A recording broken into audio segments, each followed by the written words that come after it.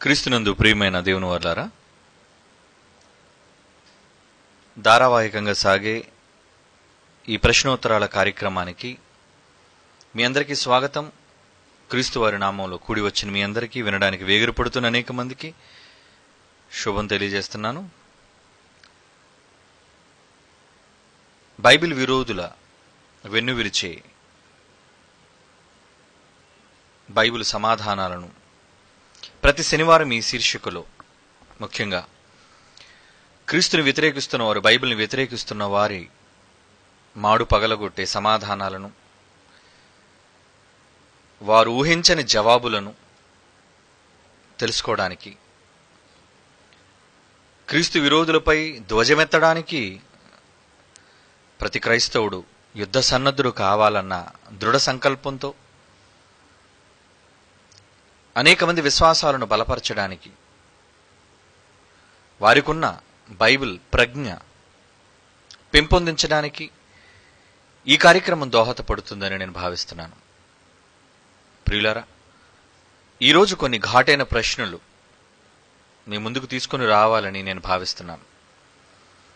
అది చదివినప్పుడు క్రైస్తవులకు సైతం అపవాదికి వేసిన ప్రశ్న ఇది నిజమా అన్న సందేహం కలక్క తప్పదు. అటువంటి వాటికి ఎటువంటి జవాబు బైబిల్ చెబుతుంది. దానికి కావలసిన సమయస్ఫూర్తితో కూడిన దేవుని విజ్ఞానం, మానవ విజ్ఞానం వాటికి జవాబు చెప్పలేదు. గాని దేవుని ప్రజ్ఞ, దేవుడు అనుగ్రహం ఎవరికైతే ఉంటుందో ఖచ్చితంగా వారు దానికి సమాధానం చెప్పగలరు. ప్రతి ఒక్కరూ చెప్పే స్థాయి కలిగి ఉండాలి. ఎందుకంటే అందరూ నన్నే వచ్చి ప్రశ్నించలేరు. ఎందరో మిమ్మల్ని సమాజంలో ఎదుర్కొనగలరు. అలాంటి వారికి చక్కటి సమాధానాన్ని, ఒప్పించే సమాధానం, ఎవరినో నొప్పించేవిగా కాకుండా ప్రశ్న వేసిన ప్రతి ఒక్కరిని ఒప్పించే సమాధానాన్ని బైబిల్ నుంచి మీరు పొందాలి అన్న సదుద్దేశంతో మరి ఈ కార్యక్రమాన్ని ప్రవేశపెట్టి ఉండగా, అనేక ప్రశ్నలకు రానున్న కాలంలో జవాబులను తెలుసుకొని, క్రీస్తు విరోధులైన వారు వేసే ప్రతి ప్రశ్నకు చక్కటి జవాబును చెప్పి, బైబిల్ ఎంత దివ్యమైన జ్ఞాన గ్రంథమో అన్నది నిరూపించాల్సిన బాధ్యత క్రైస్తవులుగా మనందరి పైన ఉంది అన్న విషయం మరొకసారి ఈ సమయంలో మీకు జ్ఞాపకం చేస్తున్నాను. ప్రియులారా, ఎందరో వాక్యం తెలియని వారు వాక్యాన్ని అపార్థం చేసుకునే స్థితికి వెళుతున్నారు. వారిలో ఎక్కువ మంది విద్యా విహీనులు అని బైబిల్ చెప్పింది. వాళ్ళు అలా అపార్థం చేసుకొని సరైన జ్ఞానం, అవగాహన లేక, చదవటం రాక ఎలా పొరపడుతున్నారు అన్నది ఈరోజు ముఖ్యంగా మీరు వినబోయే ప్రశ్నలకు జవాబులలో తెలుసుకుందరు. కానీ దానికి సంబంధించి బైబిల్లో రాయబడిన ఒక మంచి మాటను చూసి ప్రశ్నలోనికి మనం వెళదాం. అపోస్తలుడైన పేతురు రాస్తున్న 2వ పత్రిక 3వ అధ్యాయంలో పరిశుద్ధాత్మ ప్రేరణ ద్వారా రాయబడిన మాటలలోని ఆంతర్యాన్ని ఒక్కసారి మీరు పరికించి చూడాలని నేను భావిస్తున్నాను. అపోస్తలుడైన పేతురు రాస్తున్న 2వ పత్రిక 3వ అధ్యాయం 16వ వచనంలోని 2వ మాట నుంచి చూద్దాం. అయితే వాటిలో కొన్ని సంగతులు గ్రహించుటకు కష్టమైనవి అంటున్నాడు. చూడండి, గ్రహించుటకు కష్టమైనవి. వీటిని విద్యా విహీనులను, అంటే బైబిల్లోని విషయాలు కష్టమైన ఉన్నాయా? ఉన్నాయి. గ్రహించుటకు కష్టమైనవి అంటే గ్రహించాలి. దేనితో గ్రహించాలి? మేధస్సుతో, నీకున్న ఇంటెలిజెన్స్తో. మృగాల కన్నా మనిషికి ఎక్కువ ఉన్న ఐక్యూ అంటారు చూసారా, దానితో మీరు పరిశీలనగా తెలుసుకోవాలి. గ్రహించుటకు కష్టమైనవి వీటిని, అయితే వాటిని విద్యా విహీనులను, చదువు లేని వాళ్ళు, విద్యా విహీనులు, అస్థిరులైన వారును, దేవుని వాక్యం పైన స్థిరమైన నమ్మకము లేనివారు, అస్థిరులను, తక్కిన లేఖనములను అపార్థము చేసి, ఇప్పటికే బైబిల్లోని అనేక వచనాలను తక్కిన లేఖనములను అపార్థము చేసినట్లు తమ స్వకీయ నాశనమునకు అపార్థము చేయుదురు. వారంతా నాశనానికి పోవడానికే అపార్థం చేసుకుంటున్నారని బైబిల్ 2000 సంవత్సరాల క్రితం ఘోషిస్తుంది అన్న సత్యం వాళ్ళు తెలుసుకోవాలి. వారు తక్కిన లేఖనములు అపార్థము చేసినట్లు. చదవటం రాకపోతే సరిగ్గా చదవటం నేర్చుకోవాలి. నీకు అర్థం కాలేదు కాబట్టి అది తప్పు అంటే ఎలా? నీకు కనబడలేదు కాబట్టి అది లేదు అంటే ఎలా? వాటిని మొండివాదాలు అంటారు. ఎప్పుడైనా ఒక విషయం పైన అవగాహన కావాలి, రావాలి అంటే అనుభవపూర్వకమైన జ్ఞానం, విజ్ఞానం కావాలి. అది కనీసం విద్యార్హత. విద్యావిహీనులు అంటే లోకంలో దేవుడు చేసిన ఈ ప్రకృతిని చూచైనా కొంత జ్ఞానం మీకు కలగాలి. ఒకళ్ళు అది కూడా లేకపోతే మీరు ఇప్పటికే లేఖనాలు అపార్థం చేశారు కాబట్టి వీటిని కూడా అపార్థం చేసుకోకుండా పోరు అని హెచ్చరిస్తున్నాడు. కనుక ఇటువంటి వాటిని బైబిల్లోని చూపించి ఇవి ప్రశ్నలుగా లేపి అమాయకులైన వారిని మరి కలవరపెట్టడానికి చేస్తున్న ఈ ప్రక్రియలో ఎన్నో వందల ప్రశ్నలు రాబోతున్నాయి. ఎన్ని వందల ప్రశ్నలు వచ్చినా ఎక్కడో దగ్గర ఫుల్ స్టాప్ అనేది వాళ్ళకి పడుతుంది. బైబిల్ జ్ఞానం తెలుసుకోవడం అయితే అనంతమైనదేమో కానీ ప్రశ్నలకు జవాబులు చెప్పడం అనంతమైనది కాదు. అర్థం కాక నువ్వు ప్రశ్నించాలే కానీ అర్థమైతే అసలు అది ప్రశ్నే కాదు. కనుక ప్రియులారా, బైబిల్లో విరోధులైన వారు ఎలాగ కొన్ని మాటలను వాళ్ళు తప్పుగా భావించి ప్రశ్నలుగా లేవనెత్తారు అన్నది ఒకదానిలో చూద్దాం. ఆదికాండం బైబిల్ విరోధులైన వారు చూపించే కొన్ని మాటలు బైబిల్లోంచి మొదట మీరు చూడాలి. ఆదికాండం 28వ అధ్యాయం 14వ వచనంలో దేవుడు చేస్తున్న వాగ్దానం ఒకసారి మీరు చూడండి. ఆదికాండం 28వ అధ్యాయం 14వ వచనం. నీ సంతానము యాకోబుతో దేవుడు చెప్తున్నాడు, భూమి మీద లెక్కకు ఇసుక రేణువులంతా ఇసుక రేణువుల వలె నగును, ఇసుక రేణువుల వలె అగును. నీవు పడమటి తట్టు, తూర్పు తట్టు, ఉత్తరము తట్టు, దక్షిణపు తట్టు నలుదిక్కులకు వ్యాపించదవు. భూమి యొక్క వంశములన్నీ ఈ మాట జాగ్రత్తగా చూడండి. భూమి యొక్క వంశములన్నీ నీ మూలముగాను నీ సంతానము మూలముగా ఆశీర్వదింపబడును. ఎవరా సంతానం? నీ సంతానం మూలముగా అంటే అబ్రహాముతో అదే మాట చెప్పాడు, ఇక్కడ యాకోబుతో కూడా అదే మాట చెబుతున్నట్టుగా బైబిల్లో మనం చూస్తున్నాం. అంటే దేవుడిచ్చిన వాగ్దానం ఏంటి? ఆ వాగ్దానం భూమి యొక్క వంశములన్నీ నీ మూలముగా నీ సంతాన మూలముగా ఆశీర్వదింపబడును అన్నాడు. మంచిది. అయితే దీనికి కౌంటర్గా వ్యతిరేకంగా వాళ్ళు చూపించే పదం ద్వితీయోపదేశకాండం 3వ అధ్యాయం 21-22 వచనాలు దయచేసి చూడండి ప్రియులారా. ద్వితీయోపదేశకాండం 3వ అధ్యాయం 21-22. ఆ కాలమున నేను యెహోషువతో ఇట్లంటిని, నీ దేవుడైన యెహోవా ఈ ఇద్దరు రాజులకు చేసినదంతయు నీవు కనులారా చూచితివి కదా. నేను కనులారా చూచితిని గనుక నీవు వెళ్ళుచున్న రాజ్యములన్నిటికి యెహోవా అలాగుననే చేయును.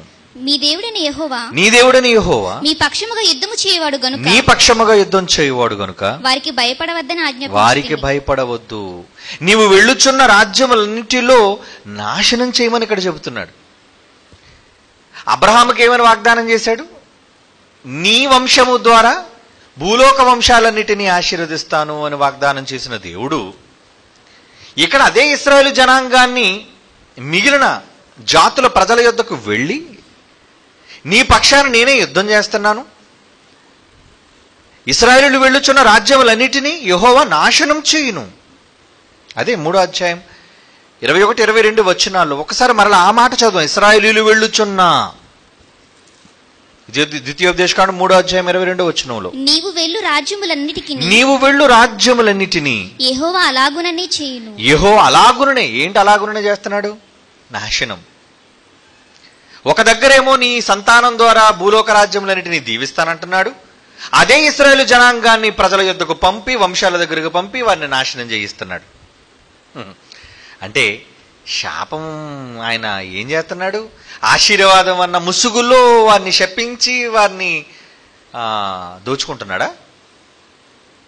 చూసారా? అంటే దేవునిలోని భిన్నత్వం. ఎందుకు దేవుడు ఇస్తుంది ఆశీర్వాదమా శాపమా? ఇటువంటి ప్రశ్నలు లేవనెత్తి మీ దేవుడు ఒక తప్పుడు వ్యక్తి, ఆశీర్వాదాల పేరట బయటకు మాట్లాడుతూ అనేక మంది జాతుల ప్రజలను నాశనం చేయిస్తున్నాడు అదే ఇశ్రాయేలు వంశం ద్వారా. ఇటువంటి ప్రశ్నలను చూపించి వాళ్ళు బైబిల్ ఒక తప్పుడు గ్రంథం అని, దాన్ని నమ్ముతున్న క్రైస్తవులు తప్పు చేస్తున్నారని, దాన్ని వ్రాయించిన యెహోవా ఒక తప్పుడు వ్యక్తి అని వాళ్ళు నిరూపించే ప్రయత్నంలో చాలా అల్లాడిపోతున్నారు వాళ్ళు. ప్రియులారా, దేవుడు చేసిన ప్రతి దాని వెనుక ఒక బలమైన కారణం ఉంటుంది అని మొదటి నుంచి మనం నేర్చుకుంటూనే ఉన్నాం. ఆశీర్వదించిన దేవుడు ఇంతకీ ఆశీర్వాదం, ఆయన ఇచ్చిన మాట వాగ్దానం నెరవేర్చాడా లేదా? నేను వాగ్దానం చేశాను, నేను మీకు వాగ్దానం చేశాను ఏమని? మీకు ఒక బండి కొంటాను అని వాగ్దానం చేశాను. ఆ వాగ్దానాన్ని నేను నెరవేర్చుకోలేనప్పుడు నేను మాట తప్పిన వాడిని. కానీ నేను అన్న మాట ప్రకారంగా నేను మీకు ఇచ్చినప్పుడు నేను చేసిన వాగ్దానాన్ని నిలబెట్టుకున్నవాడిని. అంతే కదా? నేను ఏదైతే మాట ఇచ్చానో ఆ మాటను నెరవేర్చుకున్నప్పుడు నేను మాట తప్పువాడని ఎలాగవుతాను? ఇక్కడ దేవుడు మాట ఇచ్చాడు, అబ్రహాము, ఇస్సాకు, యాకోబులకు మాట ఇచ్చాడు. ఏమని? నీ సంతానము ద్వారా భూమి యొక్క వంశములన్నీ నీ మూలముగా, నీ సంతాన మూలముగా ఆశీర్వదింపబడును అని ఆ వాళ్లతో చెప్పినప్పుడు, ఆ గర్భం నుంచి వచ్చిన ఇశ్రాయేలీయుల వంశం అభివృద్ధి పొందినప్పుడు వారిని మిగిలిన తెగల మీద వారికి ఉసుగొల్పి వారిని ఎందుకు హతమార్చమంటున్నాడు? ఆయన ఇచ్చింది శాపమా ఆశీర్వాదమా? దేవుని పిల్లలారా, దేవుడిచ్చిన వాగ్దానం నెరవేర్చాడా లేదా? భూలోకంలో ఉన్న వంశములన్నీ ఆశీర్వదింపబడతాయి అని చెప్పాడు. మరో మాట చూద్దాం. సంఖ్యాకాండం 24వ అధ్యాయం 17వ వచనం చూడండి ప్రియులారా. సంఖ్యాకాండం 24వ అధ్యాయం 17వ వచనం. నక్షత్రము, ఇక్కడ చెప్తున్నాడు చూడండి, ఆయన ఇచ్చిన వాగ్దానాన్ని గురించి మాట్లాడుతున్నాడు. నక్షత్రము యాకోబులో ఉదయించును. ఏ యాకోబుకైతే మాట ఇచ్చాడో మీరు ఆదికాండం 28వ అధ్యాయం 4వ వచనంలో తొలుత మీరు చదివిన మాట ఏంటా మాట? నీ వంశము ద్వారా, నీ సంతాన మూలముగా భూలోక వంశాలను ఆశీర్వదిస్తానన్నాడే, అది ఎప్పుడు జరిగింది? ఎప్పుడు నెరవేరింది? దేవుడు మాటను నిలబెట్టుకున్నవాడా, మాట తప్పినవాడా? ఇచ్చిన శాపాన్ని ఆశీర్వాదం రూపంలో శాపంగా మార్చాడా? ఇటువంటి సందేహాలకు దేవుడు ఇస్తున్న సమాధానం, జవాబును చూడండి.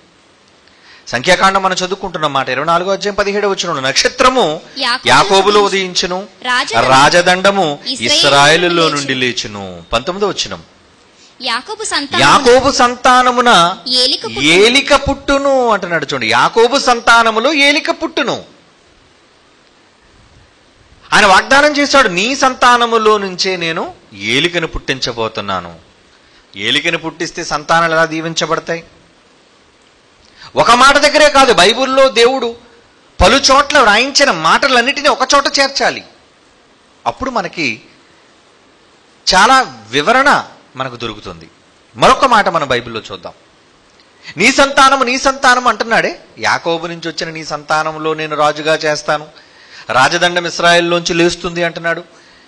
యాకోబులో నుండి 19వ వచనంలో ఏలిక పుట్టును అంటున్నాడు. ఎవరా సంతానం? గలతీలకు రాస్తున్న పత్రిక చూడండి, 3వ అధ్యాయం. అపోస్తలుడైన పౌలు గలతీలకు రాస్తున్న పత్రిక 3వ అధ్యాయం 16వ వచనం. అబ్రహామునకును అతని సంతానమునకును అంటే అబ్రహాము, ఇస్సాకు, యాకోబులకు దేవుడు ఏం చేశాడంట? వాగ్దానము చేయబడింది చేశాడు. ఆయన అనేకుల గూర్చి అన్నట్టు సంతానములకు అని అనకుండా ఒకని గూర్చే చెబుతున్నాడు. నీ సంతానమునకు ఆ సంతానము నీ సంతానమునకు అంటున్నాడు. ఎవరా సంతానం? ఆ సంతానము ఇక్కడ చెప్తుంది చూడండి బైబిల్. ఆ సంతానము క్రీస్తు అంటున్నాడు చూడండి. ఆ సంతానం ఎవరు? క్రీస్తు. అంటే అబ్రహాము, ఇస్సాకు, యాకోబులకు దేవుడిచ్చిన మాటను నెరవేర్చుకోవడానికి ఒక ఏలికను పుట్టించాడు. అతడు అబ్రహాము గర్భవాసము నుంచి పుట్టినవాడు. ఎవరైనా ఆ సంతానము ఎవరని బైబిల్ వివరణ చెబుతుంది? క్రీస్తు అని చెబుతుంది. అంటే దేవుడిచ్చిన వాగ్దానం నెరవేరాలి అంటే వాగ్దాన కాలం రావాలి, వాగ్దానం నెరవేర్పు జరగాలి. అన్ని వెంటనే ఎలా జరిగిపోద్ది? నెరవేర్పుకు కూడా ఒక సమయం ఉంది, నెరవేర్పుకు కూడా ఒక కాలం అనేది దేవుడు నియమించాడు. అవునా? అందుకే క్రీస్తు ఎవరిలో పుట్టాడు, ఎవరిలో జన్మించాడు? ఆయన ఇతర సంతానం కాదు. యాకోబుకి ఏ మాట అయితే దేవుడు ఇచ్చాడో ఆ సంతానము గుండానే ఏలికను పుట్టించాడు అనడానికి అపోస్తలుడైన పౌలు రోమీయులకు రాస్తున్న పత్రిక 9వ అధ్యాయం 5వ వచనం చూడండి ఏమంటున్నాడు. అపోస్తలుడైన పౌలు రోమీయులకు రాస్తున్న పత్రిక 9వ అధ్యాయం 4-5 వచనాలు చూడండి ప్రియులారా. వీరు ఇశ్రాయేలీయులు దత్తపుత్రత్వమును మహిమయు నిబంధన ధర్మశాస్త్ర ప్రధానము అర్చనాచారాదులు వాగ్దానములు వీరివి. పితరులు వీరివారు ఇశ్రాయేలు కోసం మాట్లాడుతున్నాడు. శరీరమును బట్టి క్రీస్తు వీరిలో పుట్టెను. అంటే ఇశ్రాయేలీయులలో యాకోబు సంతానం నుంచి ఉద్భవించిన వాడు క్రీస్తు. అంటే దేవుడిచ్చిన మాట నెరవేర్చుకోవాలి అంటే నీ సంతానము ద్వారా భూలోక సంతానములన్నిటినీ వంశములన్నిటినీ దీవిస్తాను అన్న మాట ఎవరికి చెందుతుంది, ఎప్పుడు వర్తిస్తుంది? ఏమిటి ఒక వీలునామా రాసాము అంటే ఆ వీలునామాలోని సందర్భాలను ఆలోచించాలి. తదనంతరం రాసే వీలునామాలు ఉంటాయి. నా తదనంతరం ఈ ఆస్తి యావత్తును నా 2 కుమారులకును సమానంగా చెల్లుతుంది అని రాశారనుకోండి. తదనంతరం అనే పదం, తదనంతరం అనగానే అక్కడ ఆ వీలునామాలో ఏంటి అనమాట దాని అర్థం? ఆస్తి కలిగిన వారు కన్ను మూసిన తరువాత, తదనంతరం ఆయన చనిపోయిన తరువాత, కాలం వెళ్ళబుచ్చిన తరువాత అప్పుడు ఆస్తి 2 కుమారులకు సమానంగా పంచబడుతుందని. కానీ బ్రతుకున్నప్పుడు 2 పంచుకోవాలన్నది కాదు అక్కడ రూల్. ఇక్కడ కూడా దేవుడు వాగ్దానం చేశాడు, ఆశీర్వదించాడు. ఆ ఆశీర్వాదం నెరవేర్పుకు కూడా సమయం రావాలి. అవునా? కాలం. అబ్రహాం దగ్గరికి ముందు వచ్చాడు, మంచి విందు చేశాడు, ఆ విందు నచ్చింది దేవుడికి. అప్పుడు దేవుడు ఒక మాట అన్నాడు, మీదటికి ఈ కాలం నీ యొద్దకు మరలా వస్తాను, అప్పుడు నీ భార్య అనే శారా గర్భవతి అవుతుంది అన్నాడు. అంటే మీదటికి అంటే మరికొంతకాలం తర్వాత మరలా నేను వచ్చే సమయానికి నీ భార్య గర్భవతి అవుతుంది. అంటే మరలా దేవుడు వచ్చే సమయం ఉంది, ఆ సమయానికి ఈమె గర్భవతిగా నిలతప్పి ఉండాలి. జరిగింది అలాగే. అంతేగాని ఆ రోజు అన్నాడు కాబట్టి వెంటనే ఆమె వాంతులు చేసుకుందానా శారా? ఆలోచించండి. దేవుడు ఒక వాగ్దానం చేశాడంటే ఆ వాగ్దానం నెరవేర్పు కూడా ఉండాలి. దానికి కేటాయించబడిన కాలం ఉంది. అపోస్తుల కార్యములు 7వ అధ్యాయం 17వ వచనం చూడండి. అపోస్తుల కార్యములు 7వ అధ్యాయం 17వ వచనం. అయితే దేవుడు అబ్రహాముకు అనుగ్రహించిన వాగ్దాన కాలము సమీపించిన కొలది. అంటే వాగ్దానం చేశాడు, వాగ్దానానికి ఒక కాలం ఉంది, ఆ కాలము సమీపించాలి. అంటే కాలము రావాలి. అది మీకు అర్థమవుతుందో లేదో, కాలము రావాలి. దేవుడు కూడా ఆదికాండం 28వ అధ్యాయం 14వ వచనంలో వాగ్దానం చేశాడు. అబ్రహాముకు వాగ్దానం చేశాడు, యాకోబుకు వాగ్దానం చేశాడు. ఏమని? భూమి యొక్క వంశములన్నీ నీ మూలముగా, నీ సంతాన మూలముగా ఆశీర్వదింపబడును. ఎప్పుడు? ఆ కాలం ఎప్పుడు? అది ఇశ్రాయేలుల కాలం కాదండి, అది న్యాయాధిపతుల కాలం కాదండి, అది ప్రవక్తల కాలం కాదండి, అది రాజుల కాలం కాదండి, అది మాదీయ, పారసీక, గ్రీకు, రోమియుల కాలం కాదండి. ఆ రోమియుల కాలంలోనే క్రీస్తు అనే ఒక మహానాయకుడు పుట్టాడు. రోమా ప్రభుత్వ కాలముల్లో యేసుక్రీస్తు వారి ఆగమనం జరిగింది. ఆయన వచ్చారు, కన్యైన మరియ గర్భం గుండా ఆయన జన్మించారు. అవునా? అంటే దేవుడు యాకోబుకి ఇచ్చిన వాగ్దానం నెరవేరడానికి ఇంచుమించు ఎన్ని వేల సంవత్సరాలు పట్టిందో చూసారా? అవునండి. ఎప్పుడో పుట్టిన వెంటనే వీలునామా రాస్తారు, కానీ ఆ వీలునామా చెల్లుబాటు, వీలునామా రాసిన తర్వాత 20, 30, 40 ఏళ్ళు బ్రతికిన వాళ్ళు లేరా? తదనంతరం అన్న తర్వాత అంతే.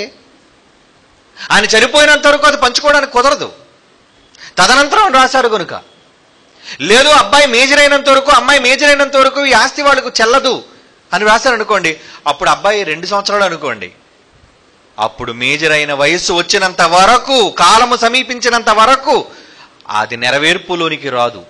అది ఎంత ఖచ్చితమో, దేవుడు అబ్రహాముకు చేసిన వాగ్దానం కానీ యాకోబుకు చేసిన వాగ్దానం కానీ నెరవేర్పు రావాలి అంటే చంపేమని ఆయనే అంటున్నాడండి అందరిని వెళ్ళి మిగతా జాతుల వాళ్ళని అంటే, అది దీవించినట్ట, హతమార్చినట్ట, శపించినట్ట, ఆశీర్వాదం ఇచ్చినట్టుగా ఇచ్చే భూలోక వంశాలన్నీ దీవిస్తారని చెప్పి జాతుల ప్రజలు ఎందుకు నాశనం చేయమంటున్నాడు?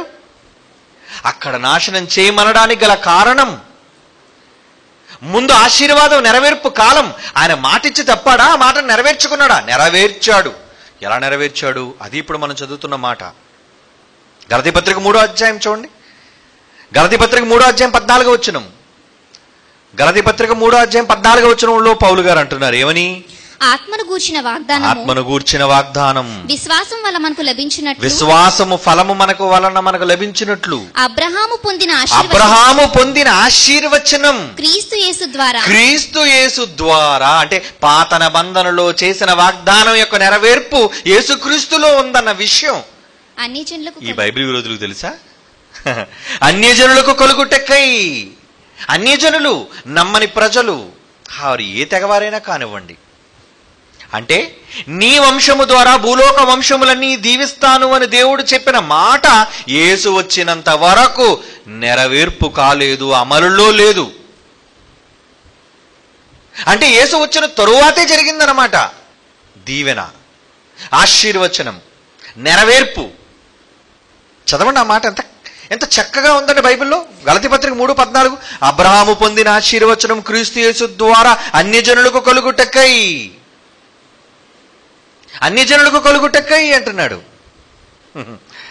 దేవుని పిల్లలారా, అంటే యేసుక్రీస్తు వచ్చిన తరువాత అండి 2000 సంవత్సరాల క్రితం క్రీస్తు భూమి మీద అవతరించిన తరుణంతో ఆరంభమైందండి. ఏం ఆరంభమైంది? సకల జనులు ఆశీర్వదింపబడ్డం.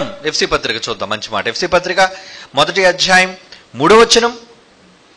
అపోస్తలుడైన పౌలు ఎఫెసీయులకు రాస్తున్న పత్రిక 1వ అధ్యాయం 3వ వచనం చూడండి ప్రియులారా. ఆయన క్రీస్తునందు పరలోక విషయములలో ఆత్మ సంబంధమైన ప్రతి ఆశీర్వాదమును మనకు అనుగ్రహించెను. అనుగ్రహించెను ఎవరి ద్వారా? క్రీస్తునందు అంటున్నాడు చూడండి. క్రీస్తునందు. యేసుక్రీస్తు రాకతో గాని భూలోక ప్రజలందరూ ఆశీర్వదింపబడలేదండి. మరి క్రీస్తు రాకముందు చాలా తెగలున్నారు. బాబిలోనియన్స్ ఉన్నారండి, పర్షియన్స్ ఉన్నారండి, అవునా, గ్రీక్స్ ఉన్నారండి, ఎన్నో తెగల ప్రజలున్నారండి ప్రపంచంలో. వాళ్ళందరికీ ఆశీర్వాదం వర్తించదు, ఆశీర్వాదం రాలేదు. ఆశీర్వాదం వచ్చింది ఎప్పుడో తెలుసా? క్రీస్తు రాకతో. ఎలా? ఎవరైతే యేసుక్రీస్తు వారిని స్వీకరిస్తారో. అపోస్తలుల కార్యములు 3వ అధ్యాయం 25వ వచనం. అపోస్తలుల కార్యములు 3వ అధ్యాయం 25వ వచనంలో వైద్యుడైన లూకా గారు ఏం రాస్తున్నారు చూడండి ప్రియులారా. ఆ ప్రవక్తలకును దేవుడు అబ్రహాముతో నీ సంతానమందు భూలోక వంశములన్నీ ఆశీర్వదింపబడునని చెప్పి మీ పితరులతో చేసిన నిబంధనకు మీరు వారసులు. దేవుడు తన సేవకుడైన యేసుక్రీస్తు వారిని పుట్టించి మీలో ప్రతి వానిని వాని దుష్టత్వము నుంచి మళ్లించుట వలన మిమ్మును ఆశీర్వదించుటకు ఆయన మొదట మీ యొద్దకు పంపిన. ముందు ఇశ్రాయేలు యొద్దకు వచ్చాడు, ఆ తర్వాత సకల జనుల యొద్దకు వెళ్ళాడు ఆయన. అంటే నాడు అబ్రహాముకి ఇచ్చిన మాట, అంటే క్రీస్తు పూర్వం 2000 సంవత్సరాల క్రితం సుమారు అబ్రహాము నివసించిన కాలం. అంటే 2000 సంవత్సరాలు క్రీస్తు పూర్వం దేవుడు చేసిన వాగ్దానాన్ని 2000 సంవత్సరాల కాలం పట్టిందండి నెరవేర్పు కోసం. 2000 years. అప్పుడు ఆశీర్వదింపబడ్డారు.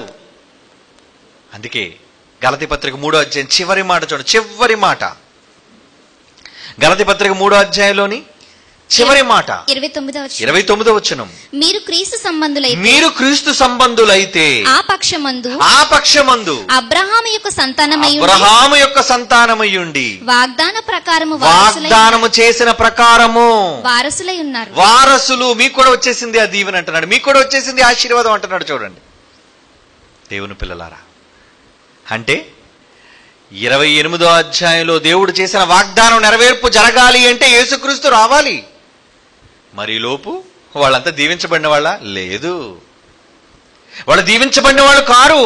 ఎవరైతే యేసును అంగీకరిస్తారో వాళ్లేనండి. ఇప్పుడు కూడా చివరికి ప్రశ్న రాసిన వాళ్ళు, వేసిన వాళ్ళు, నమ్మని వాళ్ళు కూడా ఆశీర్వదించబడాలి అంటే దేవుడు వాళ్ళకు కూడా ఇచ్చాడు వాగ్దానం. రా, నా కుమారుడిని యేసుక్రీస్తును రక్షకుడుగా అంగీకరించు, స్వీకరించు, నీకు కూడా అదే వాగ్దానాన్ని నేను ఇస్తాను అని దేవుడు చెప్తున్నాడు. ఎంత గొప్ప భాగ్యం అండి. నిజంగా నువ్వు నమ్మితే నువ్వు కూడా దీవించబడ్డావు. పరసంబంధమైన ప్రతి దీవెన దేవుడు మనకు అనుగ్రహించేశాను అంటున్నాడు. చూడండి, ఆలోచించండి. కనుక ద్వితీయోపదేశకాండం 3వ అధ్యాయం 21-22 వచనాలు చూపించి ఆయనే దగ్గరుండి మిగిలిన జాతుల ప్రజలందరి మీద ఇశ్రాయేలుని ఎందుకు ఉసుగొలుపుతున్నాడు? ఆశీర్వాదం లేదా? భూలోకంలో వంశాలన్నింటి ఆశీర్వదిస్తానని చెప్పిన దేవుడు ఎందుకలా హతమార్చమంటున్నాడు? ఎందుకు హతమార్చమన్నాడు తెలుసా? హతమార్చమనడానికి కూడా కారణం ఉంది. ఏంటా కారణం? వాళ్ళు మంచివాళ్ళనా? మంచివాళ్ళు కాబట్టి చంపేమన్నాడా? కాదండి, కాదు. బైబిల్ చూడండి, ఒక మంచి మాట. ద్వితీయోపదేశకాండం 9వ అధ్యాయం 5వ వచనం చూడండి ప్రియులారా. ద్వితీయోపదేశకాండం 9వ అధ్యాయం 5వ వచనంలో జాగ్రత్తగా ఈ సందర్భాన్ని చూడండి. ఈ జనముల చెడుతనమును బట్టి యెహోవా నీ పితరులైన అబ్రహాము ఇస్సాకు యాకోబులకు ప్రమాణము చేసిన మాటను స్థాపించుటకై నీ దేవుడైన యెహోవా వారిని నీ ఎదుట నుండి వెళ్ళగొట్టుచున్నాడు. ఎందుకు వెళ్ళగొడుతున్నాడు దేవుడు? ఎందుకు వెళ్ళగొడుతున్నాడు? ఏమండి, దేవుడు వాగ్దానం చేసిన పాలస్తీనా, పాలుతేలు ప్రపంచ దేశాన్ని పెరిజ్జీలు, హివ్వీలు, హిత్తీలు, కనానీయులు వీళ్ళందరూ ఆక్రమించుకున్నారండి. భూమి ఎవరైతే క్రియేట్ చేశారో, భూమిని ఎవరైతే సృష్టించారో దాని అప్పగింత ఆయన సొత్తు. అది యెహోవాది. అది ఇశ్రాయేలుకు వాగ్దానం చేశాడు, అబ్రహాముకు చేశాడు. అబ్రహాముకు వాగ్దానం చేసిన తరువాత వీళ్ళు తెగల వాళ్ళందరూ వచ్చి ఆక్రమించుకుంటే వెళ్ళగొట్టద్దా? వెళ్ళగొట్టడానికి కూడా వాళ్ళ మంచి వాళ్ళని కాదు. వాళ్ళు ఏమంటున్నాడు? ఈ జనులు చేసిన చెడుతనమును బట్టి యెహోవా నీ ఎదుట నుండి వారిని వెళ్ళగొట్టుచున్నాడు. నీ ఎదుట నుంచి వాళ్ళని వెళ్ళగొడుతున్నాడు. వాళ్ళు మంచి వాళ్ళు కారు. గతంలో ప్రశ్నకు జవాబు విన్నారు కదా. తమ మార్గాన వాళ్ళు రెఫీదీములు దిగితే వీరే కోరుండి వచ్చి అన్యాయంగా వారి మీద పడి యుద్ధం చేశారండి, వాళ్ళని దోచుకోవడానికి. చెప్పండి, వాళ్ళు మంచి వాళ్ళ? అన్యాయంగా నీ మీద దండెత్తే వచ్చే వాళ్ళ మీద ప్రతిఘటించకుండా నువ్వు ఊరుకోవాలా? అందుకే దేవుడు చెప్పాడు, నిర్మూలించే వాళ్ళని. అప్పటికి వాగ్దానం వర్తించదు. వాగ్దానం వర్తించాలి అంటే భూలోకంలోనే అది ఏ తెగవారైనా దీవించబడాలి అంటే యేసు రాక జరగాలి. అది జరగడానికి ఇంకా 2000 సంవత్సరాల కాలం ఉంది, వ్యవధి. కాలము నెరవేర్పు రావాలి. కనుక దేవుడు ఆశీర్వాదం ఇచ్చేశారంటే ఒక పక్క భూలోకంలో వంశాలన్నింటినీ దీవిస్తానన్నాడు, ఇక్కడేమో తెగల వాళ్ళందరినీ వెళ్ళగొట్టేయమంటున్నాడు, నాశనం చేసేయమంటున్నాడంటే కాలం తెలుసుకో బిడ్డ. దేవుడు మాట ఇచ్చి తప్పాడా? తన వాగ్దానాన్ని నిలబెట్టుకున్నాడు. ఎప్పటికీ ఆ వాగ్దానం నిలుచుంది.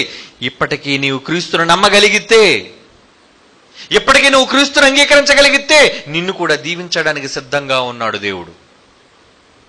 భూలోకంలో ఏ జాతి వారైనా, ఈరోజు ఎన్నో జాతులు ఉన్నాయి. అమెరికన్ జాతి ఉంది, రష్యన్ జాతి ఉంది, రెడ్ ఇండియన్స్ జాతి ఉంది, చైనీస్ జాతి ఉంది, జపనీస్ జాతి ఉంది. ఇలా ఉన్న జాతుల ప్రజలు ఉన్నారు. ఈ జాతుల ప్రజలందరూ కూడా దీవించబడాలి అంటే యేసుక్రీస్తుని ఎవరైతే అంగీకరిస్తారో వారు అబ్రహాముకి ఇచ్చిన సంతానం అయిపోతారు. అబ్రహాముకి ఇచ్చిన వాగ్దానాన్ని బట్టి దేవుడు వాళ్ళందరినీ కూడా దీవిస్తాను అంటున్నాడు. అది దీవెన కాలేదా? ఇప్పుడు భూలోకంలో ఎంతమంది అయితే క్రీస్తును నమ్ముతున్నారో వాళ్ళందరూ దీవించబడిన వాళ్ళు కాదా? అవును, దీవించబడిన వాళ్లే. అన్ని జాతుల ప్రజలలో దీవించబడిన వాళ్ళు లేరా? యేసును నమ్మిన వారు లేరా? ఉన్నారు. కనుక మాట తప్పాడా? ఇచ్చిన మాటను దేవుడు నెరవేర్చుకున్నాడు. 2000 సంవత్సరాల తరువాత ఆ మాటను ఈ మాటను జోడించి దేవుడు దీవించమని ఒక పక్క చెప్పాడు, తర్వాత హతమార్చమని మరొక పక్క చెబుతున్నాడు అంటే ఎందుకు చెప్పాడు, దేనికి చెప్పాడు, కారణాలు తెలుసుకోవాలి. కారణం తెలుసుకోకుండా విచారిస్తే నీలాంటి వాడు నేరస్తులను మంచివాళ్ళు చేస్తాడు, మంచి వాళ్ళ నేరస్తులుగా నిలబడతాడు. ఈరోజు బైబిలుపై అపవాదులు వేస్తున్న వాళ్ళందరూ కూడా అదేనండి చేస్తున్నారు. వాళ్ళు తెలియక వాక్యాన్ని అపార్థం చేసుకుని వాళ్ళు వక్రంగా తిప్పుతున్నారు వాక్యాన్ని. అందుకే ముందు మీకు చదివించిన ఏమని, అర్థం కావాలి వాక్యం, వాక్యం అర్థం కావాలి. దొరికింది కదా సమాధానం. ఇప్పుడు బైబిల్ విరోధులు వేసే మరొక అద్భుతమైన, మీకు కూడా ఆలోచనతో ఒక్కసారి దాన్ని ఆలోచిస్తే అవునా తప్పేమో, దీనికి ఏంటి సమాధానం అని మీరు కూడా ఇబ్బంది పడే పరిస్థితి ఒకవేళ ఉండొచ్చేమో, కానీ ఇక మీదట ఉండకూడదు. బైబిల్ నమ్ముతున్న చదువుతున్న మీలో ప్రతి ఒక్కరూ బైబిల్ ఎంత ఖ్యాతి కలిగిన పుస్తకమో అనేది చెప్పగలగాలి.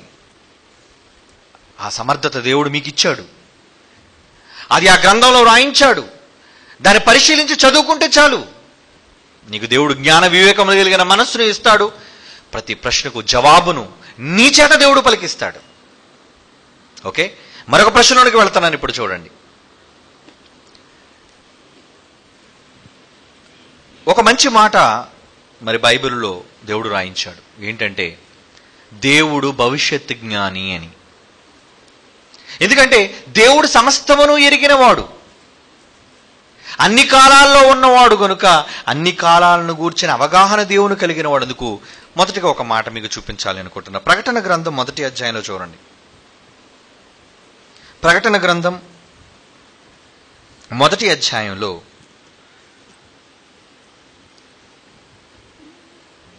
ప్రకటన గ్రంథం 1వ అధ్యాయం 8వ వచనం. అల్ఫయు ఒమేగయు నేనే.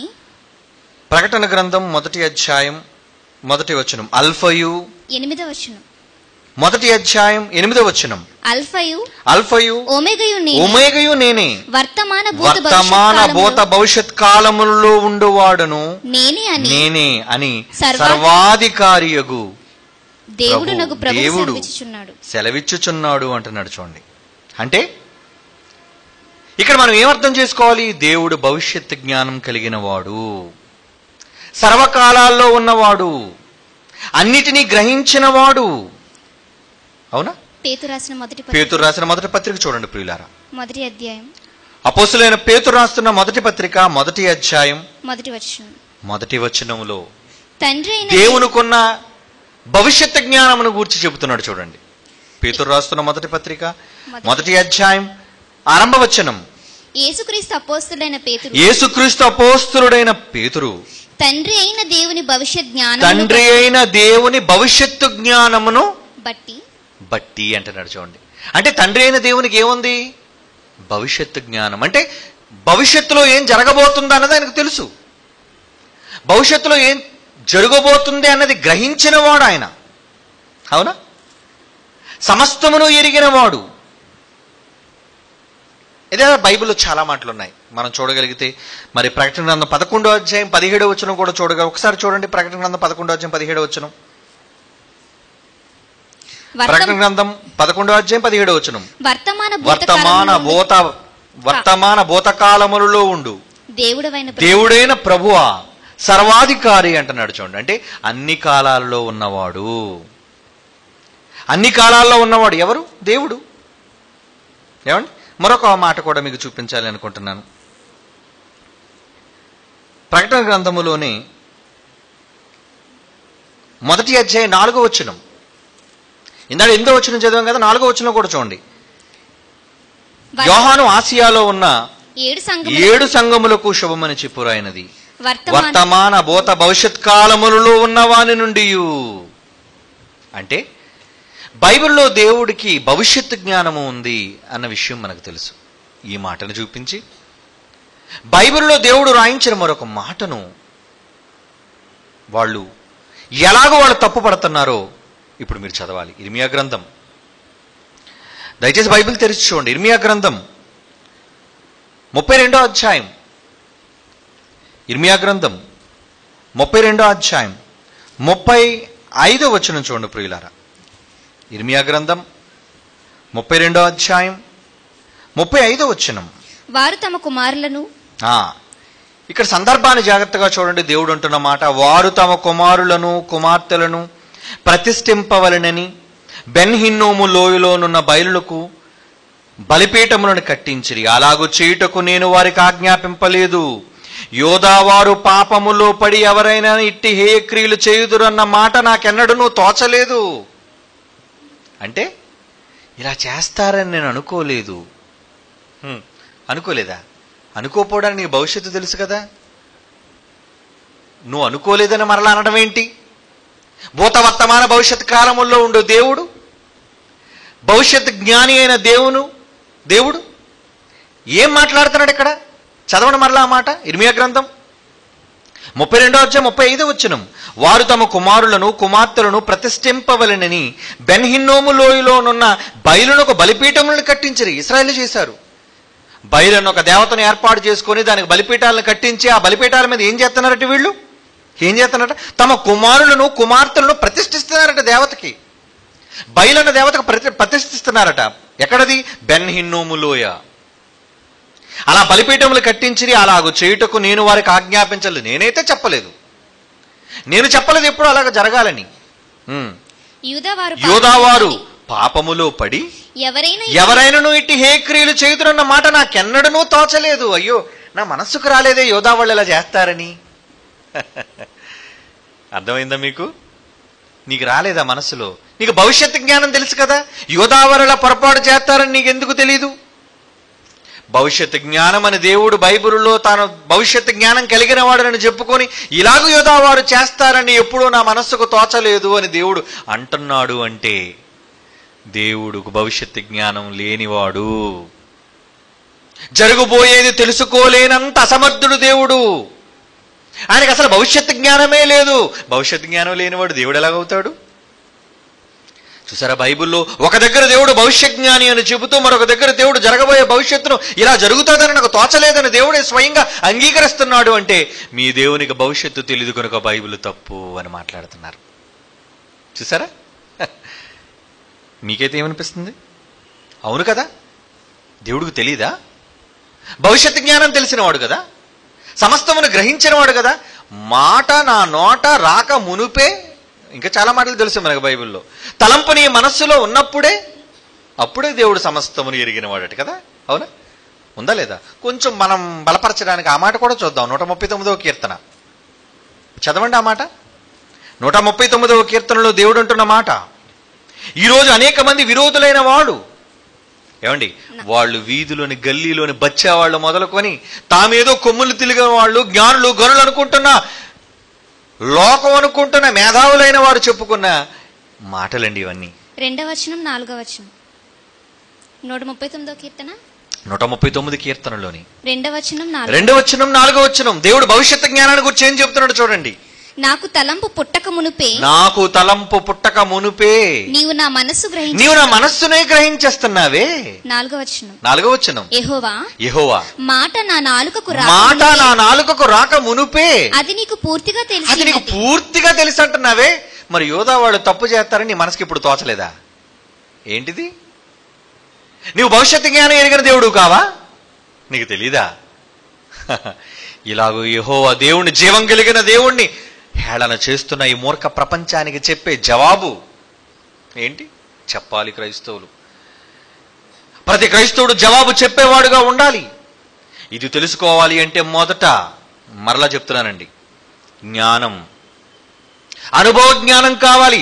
మాట చదవటంలో చాలా జాగ్రత్తగా చదవాలి. మాటలోనే తెకమక. మాటల్లో తెకమకలు ఉంటాయి కదండి. మాటల్లో కూడా తెకమకలు ఉంటాయి. ఎలా? చిన్న ఉదాహరణ మీకు చెప్తాను, ఎందుకంటే అర్థం కావాలి. శత్రువు నోరు మూయించాలి అంటే వివేకంతో వాడు వెన్ను విరిచేయాలి. తెలివిగా వాడికి నోరు మూయించాలి.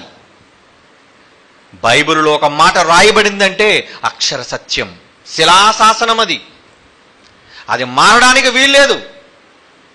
నీవు అవగాహన లోపం, నీకు అర్థం కాక, చదవటం రాక, చదువు లేక అందుకే మొదలు చదివించాను, విద్యావిహీనులు, స్థిరం లేని వాళ్ళు, తక్కిన లేఖనములు అపార్థము చేసినట్లు.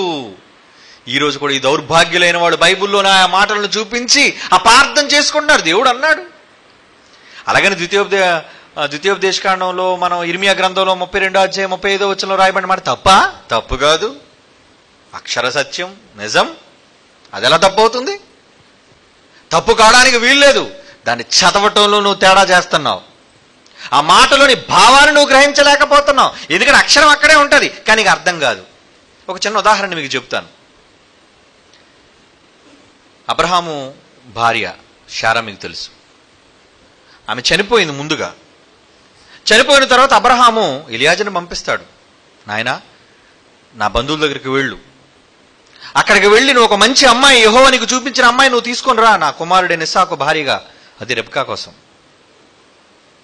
ఏమండి? అప్పుడు వెళతాడు ఎలియాజరు, తీసుకొస్తాడు ఆమెని. తీసుకొచ్చినప్పుడు ఏం జరిగింది? ఒక చిన్న ఉదాహరణ, వీళ్ళు వాక్యాన్ని ఎలా అపార్థం చేసుకుంటారన్న చిన్న విషయాన్ని మీకు చెప్పాలి అనుకుంటున్నాను. అదే ఈ సందర్భం. అబ్రహాము ఎలియాజరుని పంపించి తన కుమారుడైన ఇస్సాకుకు భార్యను తీసుకుని రమ్మన్నప్పుడు ఒక వచనం రాయబడిందండి బైబిల్. ఆ వచనం మనం దయచేసి చూడండి. ఆదికాండం 24వ అధ్యాయం 67వ వచనం చూడండి ప్రియులారా. బైబిల్ తీసి చూడాలి. మీరు బైబిల్ తీసి చూడాలి. ఆదికాండం 24వ అధ్యాయం 67వ వచనం. ఇస్సాకు తల్లి అయిన శారా గుడారములోనికి. ఏమండి, ఈ మాట నేను చదువుతాను, చాలా జాగ్రత్తగా మీరు కూడా చదవండి. నేను ఎలా చదువుతున్నాను చూడండి. 2 విధాలుగా చదువుతాను ఈ మాటని నేను 2 విధాలుగా చదువుతాను. ఆదికాండం 24వ అధ్యాయం 67వ వచనం. ఇస్సాకు తల్లి అయిన శారా గుడారములోనికి ఆమె సందర్భం కొంచెం చూద్దాం. ముందు పైకి వెళ్ళి 64. రెబ్కా కన్నులెత్తి ఇస్సాకును చూచి ఒంటెల మీద నుండి దిగి మనల్ని ఎదుర్కొనుటకు పొలములో నడుచుచున్న ఆ మనుష్యుడు ఎవరని దాసుని అడుగ్గా ఇతడు నా యజమానుడని చెప్పాను గనుక ఆమె ముసుగు వేసుకును. రెబ్కా సందర్భం. అప్పుడు ఆ దాసుడు తాను చేసిన కార్యములన్నిటిని ఇస్సాకుతో వివరించి చెప్పను. ఇస్సాకు తల్లి అయిన శారా గుడారంలోనికి ఆమెను తీసుకొని పోయెను. అట్లు అతడు రెబ్కాను పరిగ్రహింపగా ఆమె అతనికి భార్యేను. ఏమండి, ఈ మాటను చూడండి ఏమన్నది?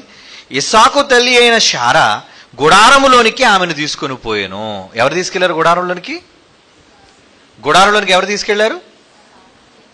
ఇస్సాకు తల్లి అయిన శారా గుడారములోనికి ఆమెను తీసుకొని పోయెను. ఇంతకీ శారా తీసుకెళ్ళిందా? కానీ అప్పటికి శారా బ్రతికలేదు ప్రియులారా, చనిపోయింది. ఇస్సాకు తల్లి అయిన శారా గుడారములోనికి ఆమెను తీసుకొని పోయాను. ఎవరు? ఇస్సాకు. ఇప్పుడు చూడండి, 2వ విధంగా చదివాను ఇప్పుడు తీసుకుని వెళ్ళింది శారా, తీసుకుని వెళ్ళింది ఇస్సాకా? ఇస్సాకు తీసుకెళ్లాడా, శారా తీసుకెళ్ళిందా అనడానికి 2 విధాలుగాను అనుగుణంగా ఉంది ఈ మాట. ఎలా ఉంది? ఇస్సాకు తల్లి అయిన శారా గుడారములోనికి ఆమెను తీసుకొని పోయాను అంటే ఇక్కడ శారా గారి తీసుకెళ్ళినట్టుంది. అవునా? మరలా ఇంకోసారి చదువుతుంటాడు. ఇస్సాకు తల్లి అయిన శారా గుడారములోనికి ఆమెను తీసుకొని పోయాను. ఎవరు? ఇస్సాకు. ఇంతకు ఇప్పుడు ఎవరు తీసుకుని వెళ్ళారు? ఇస్సాకు తీసుకుని వెళ్ళారు అన్నది సత్యం, శారా తీసుకుని వెళ్ళింది అన్నది అబద్ధం. కానీ ఈ మాటను వక్రీకరించమని ఎలా చదవచ్చు? శారా తీసుకుపోయింది. శారా తీసుకెళ్ళిందా? శారా చనిపోయిందా? ఆదికాండం 23వ అధ్యాయం 2వ వచనం చదవండి. ఇది 24వ అధ్యాయం కదా. 23వ అధ్యాయం 2వ వచనంలో ఏం జరిగింది? శారా కనాను దేశమందలి హెబ్రోను కిరియతర్బాలో మృతి పొందెను. మృతి నొందిన తరువాత నుండి ఇస్సాకు వివాహం జరిగింది. కనుక ఇప్పుడు గుడారంలోకి ఎవరు తీసుకెళ్లారు గుడారంలోనికి? అది ఇంతకీ తీసుకుని వెళ్ళిన గుడారం తన తల్లి అయిన శారా గుడారం. చూసారా? అంటే మన చదవటంలోనే తేడా. చదవటంలో ఏమాత్రం చిన్న మార్పు చేసినా అది తప్పైపోతుంది. అది భావం దెబ్బతినేస్తుంది. మర్చిపోకండి, భావం దెబ్బతినే మాటలు చాలా ఉంటాయి. ఏమండి, భాష అనేదండి చాలా ప్రాముఖ్యమైంది. ఎక్స్ప్రెషన్స్, నువ్వు అనుకునేది. కొంతమంది అనుకున్నది మాటలో చెప్పగలరు, కొంతమంది అనుకున్నది మాటలో చెప్పలేరు. సరిగ్గా ఎక్స్ప్లెయిన్ చేయడం రాక ఒకటికి రెండు చేస్తారు వాళ్ళు పని. ఒకటి చెప్తే ఒకటి చేస్తారు వాళ్ళు. చాలా మంది చూడండి, ఒక పని అప్ప చెప్పాను అనుకోండి, వాళ్ళు చెప్పింది ఒకటి, వాళ్ళు చేసేది ఒకటి. ఏంట్రా నేను ఏం చెప్పాను నువ్వేం చేస్తావు అంటారు. అంటే విన్న మాట వాళ్ళకి అర్థం కాలేదు అని అర్థం, సరిగా వినిపించుకోలేదని అర్థం, సరిగా అవగాహన చేసుకోలేదని అర్థం. ఏమండి మీకు అర్థమవుతుందా? ఒకే మాటలోని రెండు అర్థాలు వచ్చేటట్టుగా మనిషి అనుకుంటే వక్రీకరించగలడు. కనుక భాషలోని మాటలలోని ఆంతర్యాన్ని బట్టి ఏదో మీరు అనేసుకుంటే ఎలా? ఒక్కొక్కసారి ఒక్కొక్క భాషలో ఒక్కొక్క అర్థం ఉంటుందండి. ఒక్కొక్కసారి ఒక్కొక్క భాషలో ఒక్కొక్క పదానికి ఒక్కొక్క అర్థం ఉంటుంది. మీకు ఒక ఉదాహరణ చెప్తాను. ఏమండి బూతు మాట అనుకోకండి, బూతు అనుకోకండి. మన తెలుగు భాషలో ముండా అనే పదం మీరు విని ఉంటారు. ఏమండి ఇదేంటండి బూతు మాట్లాడుతాను అనకండి. ముండా అనగానే అక్కడ అర్థం ఏంటి? మన భాషలో అదొక తిట్టు. అంటే భర్త చనిపోయిన స్త్రీని తిడుతూ మాట్లాడే పదం, ఉపయోగించే పదం ముండా అనే పదం మనం ఉపయోగిస్తాం. కానీ పంజాబీ భాషలో ముండా అనే పదం అర్థం ఏంటో తెలుసు మీకు? కుర్రాడు, అబ్బాయి అని అర్థం. ముండా అని పిలుస్తారు అక్కడ. అవునా? నువ్వు పంజాబ్ వెళ్ళిన తర్వాత ఎవరైనా వాళ్ళ కొడుకుని అబ్బాయిని ముండా అని పిలిచిన తర్వాత ఏంటి ముండా అని పిలుస్తున్నావు? కొడుకుని చూసి లేదా అబ్బాయిని చూసి మొగుడు చచ్చిపోయాడా లేదా తిడతన్నాడా అనుకోకూడదు. ఆ భాషలోని నీకది భూత పదం కావచ్చేమో, ఆ భాషలో అది ఏంటిది? ఆ భాషలో అది అర్థం ఏంటి? మంచి అర్థమే. నువ్వు దాని పెడార్థం లాగితే ఎలా? ఏంటి నువ్వు దాని పెడార్థం లాగితే ఎలా? ఇప్పుడు తెలంగాణ భాష వేరు, తెలుగు భాష వేరు, ఒక్కొక్కరికి ఒక్కొక్క భాష ఉంటుంది కదండి. భాషల్లోని సరిగ్గా అర్థం కాకపోతే తప్పుగా అనుకుంటాం మనం. మన ఈ తూర్పు వైపు కానీ అటు విజయవాడ నుంచి యువతల వైపు కానీ ఒక బొక్క అనే పదం ఉందనుకోండి, అది చాలా బూతుగా పరిగణిస్తారు దాన్ని. అంటే ఎందుకు పచ్చిగా మాట్లాడుతున్నానంటే మీకు కరెక్ట్గా అర్థం కావాలి కాబట్టి. కానీ అదే తెలంగాణ వైపు కానీ రాయలసీమ వైపు బొక్క అంటే ఏంటి? దుమ్ము. ఎముకను కూడా బొక్క అంటారు వాళ్ళు. తెలుసా మీకు? ఈరోజు ఏం కూర అంటే బొక్కల కూర అంటారు. అంటే దుమ్ముల కూర అని, అంటే మాంసం కూర అని. అలాగే నేను బొక్క అన్నందుకు నీ భాషలో నీ ప్రాంతంలో అదేదో బూతున్నందుకు నువ్వు అర్థం చేసుకోవడానికి ప్రయత్నం చేయి. వాడిని కావాలని నిజంగా తిట్టాడా లేదంటే వాడి భాషకు అర్థం అదా అని. ఎలా అర్థాలు తెలియక పెడార్థాలు తీసి వక్రీకరించే వాళ్ళు ఉంటే గొడవలు రాకేమవుతాయి చెప్పండి? మొండా అన్నందుకు మనం చంపేవాళ్ళండి. ఇక్కడికి వచ్చి నిజంగా పంజాబీ ఎవడైనా వచ్చి ఎవరినైనా మొండా అని పిలిచాడు అనుకోండి, అప్పుడు నువ్వేమనుకుంటావు? ఈడెవడరా బాబు మమ్మల్ని మొండా అని పిలుస్తున్నాడని. అవునా? వాడి భాషలో అది అర్థం. కనుక చదవటం రావాలి, విడదీయటం రావాలి, సత్యవాక్యాన్ని సరిగా విభజించువానిగా అన్నాడు. చిన్నప్పుడు మాస్టర్ గారు చెప్పారు ఏమని? ఒరే రామునితో కపివరుడు ఇట్లని ఏ అన్నారు. అంటే రాముడితో కపివరుడు, కపివరుడు అంటే ఎవరు? హనుమంతుడు అని అర్థం. రామునితో కపివరుడు ఇట్లని ఏమనన్నాడు? రామునితో కపివరుడు ఇలా అన్నాడు. ఎందుకంటే సీత దగ్గరకు పంపించాడు, ఆయన ఏదో చెప్పాడు, ఆయన ఏదో కబురు చెప్పాడు. అవునా? ఇది అర్థం. దాన్ని విడదీస్తే ఎలా ఉంటుంది? రాముని తోక పివరుండి ఇట్లని అంటే రాముడికి తోక ఎక్కడుంది? అలా చదివినందుకు, అలా రాసినందుకు మాస్టర్ బెత్తంతో చెత్త కొట్టేసేవాడు. అంటే పదం ఒకటే, సెంటెన్స్ ఒకటే, కానీ దాన్ని కరెక్ట్గా ముక్కలు చేయకపోవడం వల్ల అది ఏదో విచిత్రంగాను, అది పెడార్థంగాను మనకు గోచరిస్తుంది. రాముని తోకేట్రా? రామునితో కపివరుడు అనరా అంటే రామునితోకిని కపివరుడికి అనే రెండు పదాలకి మధ్యన గ్యాప్ ఇవ్వాలి. నువ్వు రాముని గ్యాప్ ఇచ్చి తో రాసి ఆ ముందున కపివరుడిలోని కా తీసుకొచ్చి తో వెనకదలు పెట్టావు అనుకో, అప్పుడు ఏమవుతుంది? రామునికి తోక అవుతుంది. అంటే పదాలు అర్థం కాకపోతే, విడదీయడం చేత కాకపోతే అపార్థాలు చేసుకొని లేని తోకలు పెడుతుంటారు ఉన్నవాళ్ళకి.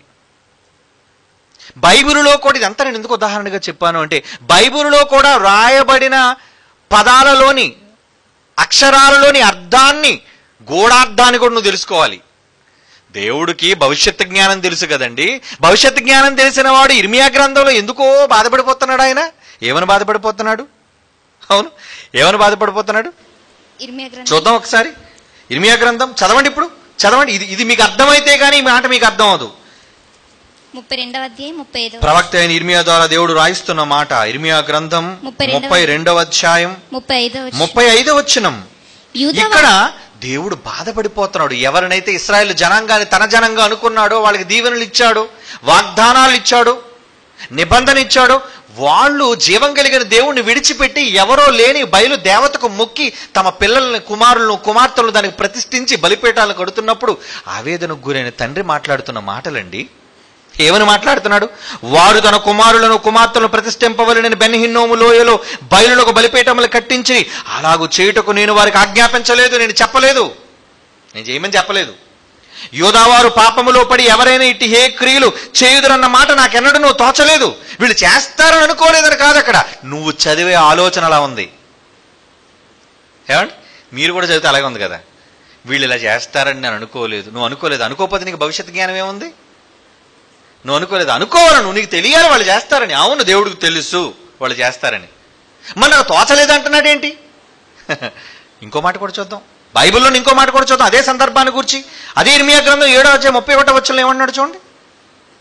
వచనాన్ని సరిగ్గా చదవటం రాక అపార్థం చేసుకుంటే, భావాన్ని తెలియకపోతే ప్రతిదీ నీకు తప్పుగానే గోచరిస్తుందయ్యా. ఇర్మియా గ్రంథం 7:31 చదవండి.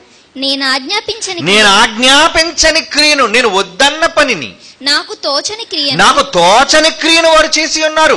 నాకు తోచని క్రియ.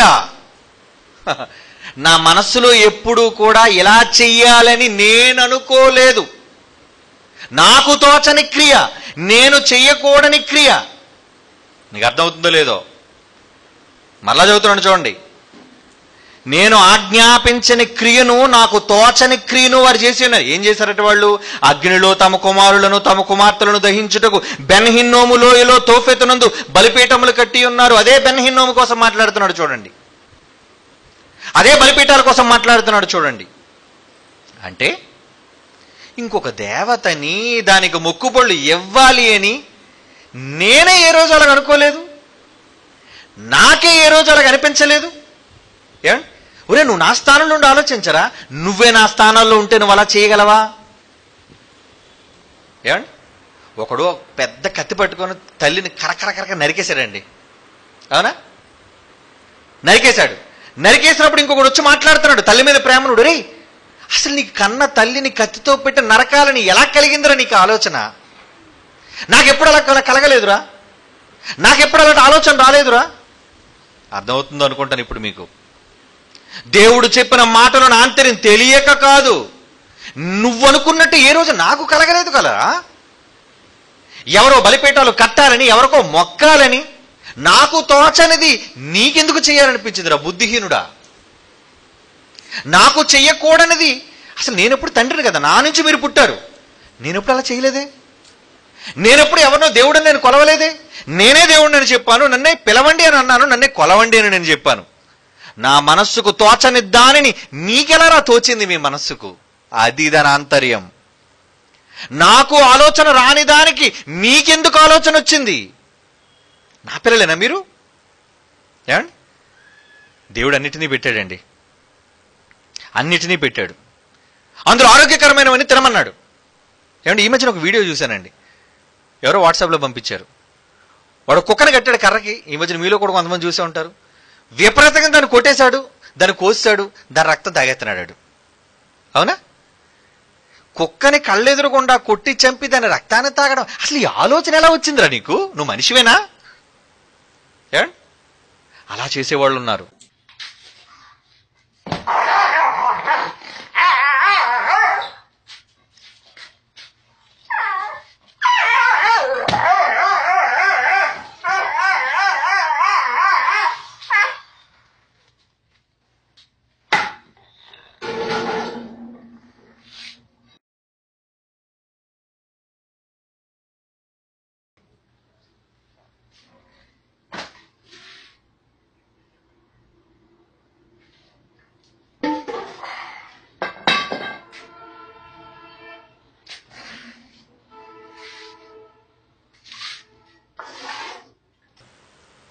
అలా విపరీత బుద్ధితో ప్రవర్తించే వాళ్ళు ఉన్నారు. వాడు మనిషి కాదా? ఏమండి, పసిపిల్లలని కూడా జాలి లేక, దయ లేక, ఏమండి నిజంగా ఈ మెదడు మీద వారు తుపాకీలు గురి చేసి కాల్చి ఇవన్నీ పుచ్చులు పేలిపోయేటట్టుగా వారు ప్రవర్తిస్తున్నారంటే, ఏమండి వాళ్ళు మనలాంటి రక్తమాంసాలు కలిగిన మనుషులేనండి. వాళ్ళు ఎందుకు చేయగలుగుతున్నారు అలా? మానవులు కారా వాళ్ళు? రాక్షసులు ఏమైనా వాళ్ళు? పోనీ ఇతర గ్రహాల నుంచి వచ్చిన వాళ్ళు ఏమైనా ఎలియన్సా? హాయి లేవుగా. ఒక మనిషివై ఉండి, ఒక మానవ మాతృడివై ఉండి, నరమాంస కలిగిన వాడవై ఉండి, ఒక మనిషిగా భూమి మీద పుట్టి సాటి మనిషి పట్ల, సాటి జంతువు పట్ల, జీవి పట్ల నువ్వు ఎలా చేయగలుగుతున్నావు? ఇలా నువ్వు మనిషివి కాదా? దేవుడుకు రాని తలంపులను కూడా దేవుడు గర్భాన పుట్టిన మనుషులకు వచ్చేసాయండి. దేవుడు ఊహించని వాటిని కూడా మనుషులు అతీతంగా వెళ్ళిపోయి ఊహించడం ప్రారంభించారండి. ఒరే, నేను కూడా ఎప్పుడు ఇంత దీనిగా ఆలోచించలేదురా, నాకు పుట్టని ఆలోచన కూడా నీకు పుట్టింది. ఇప్పుడు చదవండి, ఆ మాట మీకు అర్థం అవుతుంది. ఏంటి ఆ మాట అర్థం? ఇర్మియా గ్రంథం 7:31 నేను ఆజ్ఞాపించని క్రియ, నేను చెప్పలేదు అసలు ఎప్పుడు ఇలా చేయాలని, నేను ఆజ్ఞాపించని క్రియను, నాకు తోచని క్రియ, నాది ఆత్మే, నా ఇంచే వచ్చిన ఆత్మలే మీరంతా, అవునా? కానీ నాకు రాని ఆలోచన మీకెందుకు ఎలా వచ్చింది? ఇంత క్రూరంగా ప్రవర్తించాలన్న ఆలోచన మీకు ఎలా వచ్చింది? నాకు తోచని క్రియను వారు చేసి ఉన్నారు. ఇప్పుడు రండి మరలా ఇర్మియా గ్రంథం 32:35 అదేనరా మాటలోని భావం. దేవుడు బాధపడుతూ అనేది నాకు తెలియదని కాదు, మీరు ఎలా చెయ్యరు అని కాదు, అసలు నాకెప్పుడూ కలగలేదు ఈ ఆలోచన. ఇప్పుడు చదువుతున్నాను చూడండి. వారు తమ కుమారులను కుమార్తెలను ప్రతిష్ఠింపవలనని బెన్ హిన్నోము లోయలోనున్న బయలులకు బలిపీఠమును కట్టించి అలాగూ చేయుట నేను వారికి ఆజ్ఞాపించలేదు. యోధా వారు పాపములో పడి ఎవరైనా ఇట్టి హేక్రియలు చేయుదురన్న మాట నాకెన్నడూ తోచలేదు. ఇలాంటి నీచమైన నికృష్టమైన పనులు చేయడానికి నాకే ఎప్పుడూ లేదు, తండ్రిగా నాకే ఎప్పుడు చేయాలనిపించలేదు. మీకు ఎలా రా చేయాలనిపించింది? నా పిల్లల్ని ఎప్పుడు కూడా అగ్నిని దాటించాలని నేను అనుకోలేదు, మీరెలా రా దాటిస్తున్నారు? ఏమండి, చూస్తూ చూస్తూ మీ పిల్లల్ని బలిచ్చేయగలరా?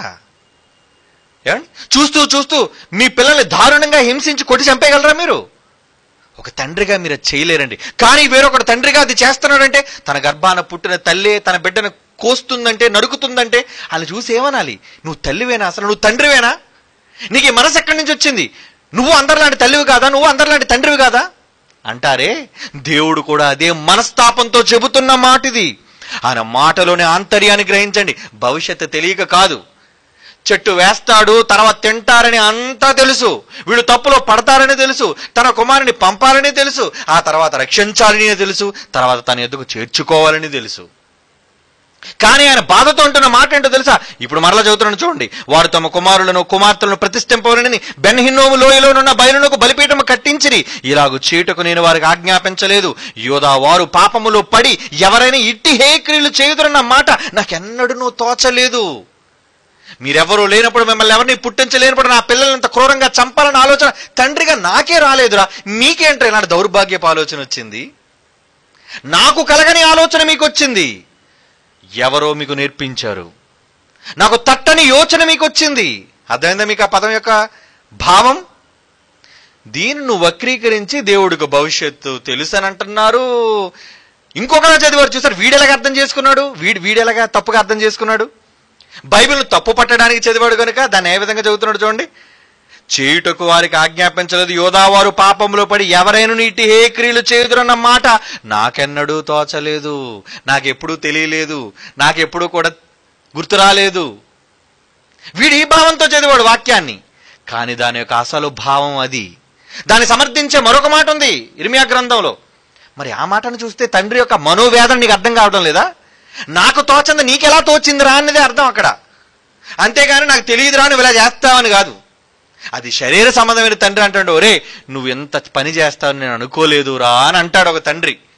తెలియని వాడు కనుక, భవిష్యత్తు జ్ఞానం లేనివాడు కనుక దేవుడు ఇప్పుడు ఇక్కడ అంటున్న మాట నువ్వు ఇలా చేస్తావని అనుకోలేదని కాదు, నాకు రాని ఆలోచన నీకొచ్చి ఎంత క్రూరంగా ప్రవర్తిస్తున్నావేంటిరా, నాకు కూడా కలగలేదురా, ఎప్పుడు నాకు కూడా తోచలేదురా అంటున్నాడు. చూడండి ఆ మాటలో కూడా ఏముంది అర్థం? ఆ మాటలో కూడా అదే కదా అర్థం ఉంది. యోధావారు పాపములో పడి ఎవరైనా ఇట్టి హేయ క్రియలు చేయుదురన్న మాట నాకెన్నడూ తోచలేదు, నాకెప్పుడు అలా కనిపించలేదురా పిల్లల్ని చంపాలని అగ్నిగుండం దాటించాలని. మీకెందుకు అలాంటి ఆలోచన కలిగింది? చూసారా బైబిల్లోని ఆంతర్యం? ఒక మాటలోని భావాన్ని అర్థం చేసుకోవడానికి అనుభవ జ్ఞానం కావాలి. నీలాంటి నీతి లేనివాడైతే, నీలాంటి జ్ఞానం లేనివాడైతే, విద్యా విహీనుడైతే అపార్థం చేసుకుని భాషను తికమక చేసి తారుమారు చేసి నువ్వు అనుకున్నట్టుగా వక్రీకరించి బైబిల్లో దేవుడు భవిష్యత్తు జ్ఞానం కలిగిన వాడై ఉన్నవాడు తన పిల్లల పాపంలో పడతారని తెలియక నాకు తోచలేదంటున్నాడంటే ఆయన దేవుడని నువ్వు అంటున్నావురా. వక్రీకరించి మాట్లాడే మాట, నువ్వు తిప్పావు దాన్ని, నేను సరిచేశాను దాన్ని. రాముని తోక అని రాశాను, చెంప పగలగొట్టాను నీకు. రాముని తో అని రాయమన్నాను నేను. సరిచేసేది బైబిల్, సవరించేది బైబిల్, క్రమపరిచేది బైబిల్. ఇది తెలియకుండా నువ్వు బైబిలులోని మహాజ్ఞానానికి నిలయడు కారకుడైన దేవుణ్ణే తప్పు పట్టేటంత స్థాయికి మనిషి ఎదిగిపోయాడా? వాడికి ఎన్ని గుండెలు, వాడికి ఉన్న జ్ఞానం ఎంతండి? ఈరోజు బైబిల్ విరోధులైన వారు ప్రపంచంలో ఏ మూలన ఉన్నా వాడు వేసే ప్రతి ప్రశ్నకు బైబిల్ జవాబు చెప్పగలదు అన్న విషయం తెలుసుకోవాలి దుర్మార్గులు. దమ్ములుంటే, పోటీకి నిలబడగలిగే సత్తా ఉంటే బైబిల్ అంత మీద 100 ప్రశ్నలు కాదు, ఒక్క ప్రశ్న, ఒకే ఒక్క ప్రశ్న మీద టర్మ్స్ అండ్ కండిషన్ నిలబడు. ఓడిపోతే క్రైస్తవుడుగా మారిపోవాలి. నేను ఓడిపోతే బైబిల్ని వదిలేస్తాను. కండిషన్లు ఒప్పుకొని నిలబడాలి. వేదికల మీద గంటల కొద్దీ బారులు గంటల సమయాన్ని వెచ్చించి మాట్లాడడం కాదు, నీ సోది చెప్పడం కాదు. ఒకే పాయింట్, ఒకే ప్రశ్న, ఒకే జవాబు. చెప్పలేని చేతకాని వాడిని అయితే బైబిల్ తప్పని నేను వదిలేసుకుంటాను. చెప్పి సమాధానం చెప్పి నీ నోరు మూయిస్తే బైబిల్ గొప్పదని నువ్వు ఒప్పుకొని తీరాలి. చేయగలవా? ఆ దమ్ము నీకుందా? ప్రపంచంలో ఎవడైనా కానివ్వండి, వాడు ఏ దేశస్తుడైనా కానివ్వండి, వాడు ఏ జాతి వాడైనా కానివ్వండి, వాడు ఏ భాష వాడైనా కానివ్వండి, భావం తెలిసిన వాడు ఎవడైనా బైబిల్కి జవాబు చెప్పగలడు. నీకు భావం కావాలి మొదట. అర్థం చేసుకోలేని జ్ఞానం నీకు లేదు. తప్పు పట్టడానికి వక్రీకరించి చెబుతున్నావు. దేవుని పిల్లలారా, బైబిల్ ఒక మహాజ్ఞాన గ్రంథం. వీళ్ళ తాతలు, బాబులు, ముత్తాతలు ఎంతమంది వాళ్ళ మెదడులన్నీ కలిసి వచ్చిన బైబిల్లో ఒక్క అక్షరాన్ని కూడా తప్పు చూపలేరు. సవాల్. తప్పుగా ఒకళ్ళు అనుకున్నా నీకు అర్థం కాక అనుకుంటున్నావు, జవాబు చెప్పగలిగే సత్తా మా దగ్గర ఉంది, బైబిల్ దగ్గర ఉంది దమ్ము.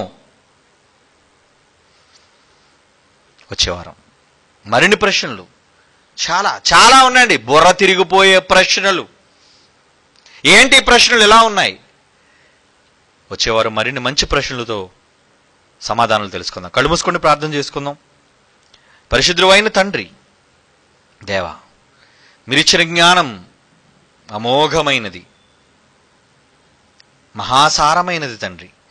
ఈ సారాన్ని గ్రహించని వారు సరిగా చదవడం చేత కాక బైబిల్ ఒక తప్పుడు పుస్తకము అని ప్రజల మధ్య వదరబోతులు వదరుచున్నారు తండ్రి.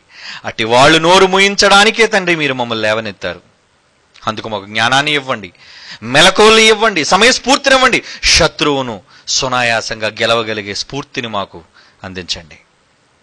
బైబిల్లోని మహాజ్ఞానాన్ని మాకు కొదువుగా ఉన్న వాటన్నిటిని నేర్పించండి. క్రీస్తు యేసు వారి అమూల్యమైన నామములో ఈ ప్రార్థన మీకు సమర్పించుచున్నాము తండ్రి. ఆమెన్.